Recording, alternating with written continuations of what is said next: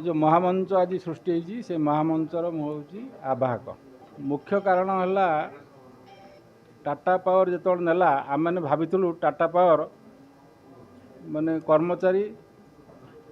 तथा कंज्यूमर मानकर बहुत हित साधन कर भल भल काम कर किंतु आम देखिलु टाटा पावर नवा परे जिते कर्मचारी अच्छा तल ठू ऊपर पर्यंत तथा हेल्पर ठू इंजीनियर पर्यंत समस्ते निर्यातित होती मनमुखी से क्या सस्पेंड करवा क्या डिसमिस करवा ये कार्य कर चली आमर गोटे एनपीएस गोटे मुख्य दाबी जोटा कि टाटा पावर आसवा दिन ठू आम से दाबी कर आसुचु जे जो गोटा लोकंर स्वार्थ जड़ित ताको आज पर्यंत एनपीएस टाकू इम्प्लीमेंटेशन करूना आमर base cadre post Tata power नवा दिन ठारू बेस कैडर पोस्ट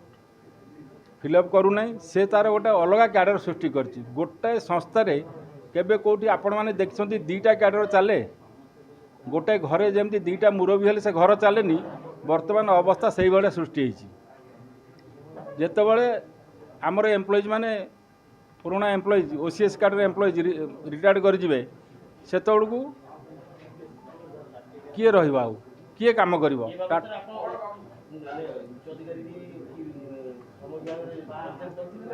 आम बहु बार तांकू दाबी देइचु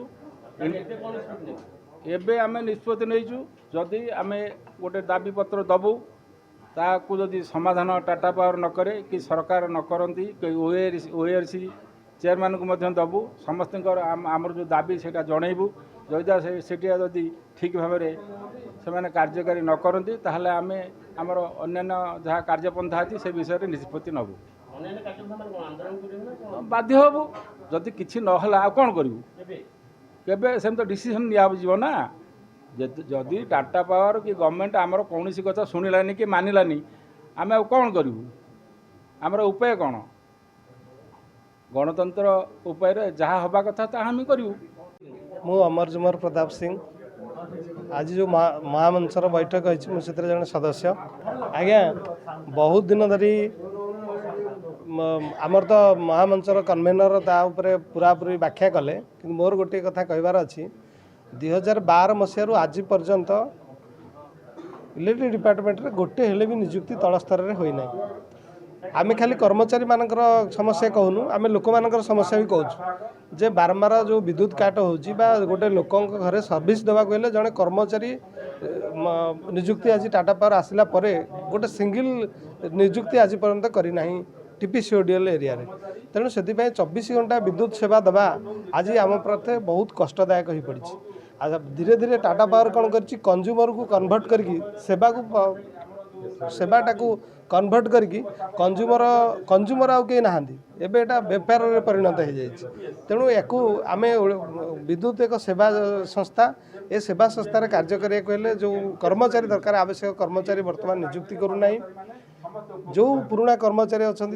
अकथनीय अत्याचार करके जो बड़ बड़िया मानक ये नियुक्ति देती हिसाब से वर्तमान संस्था को चलाउछंती कर्मचारी को पुराना कर्मचारी को कार्य निवृत्त करवा विभिन्न कारण देखी सस्पेंड करवा यहीपरि जो अमानुषिक कार्य वर्तमान टाटा कर्तृपक्ष कर विरुद्ध में संग्राम समिति बा संग्राम महासंग्राम मंच आंदोलन आज सजबाज होची जदि आगामी दिन में कथार कौन समाधान न हुए आम 15 दिन भितर आम समय देचु 15 दिन पर आम आमर आंदोलन प्रथा ग्रहण कर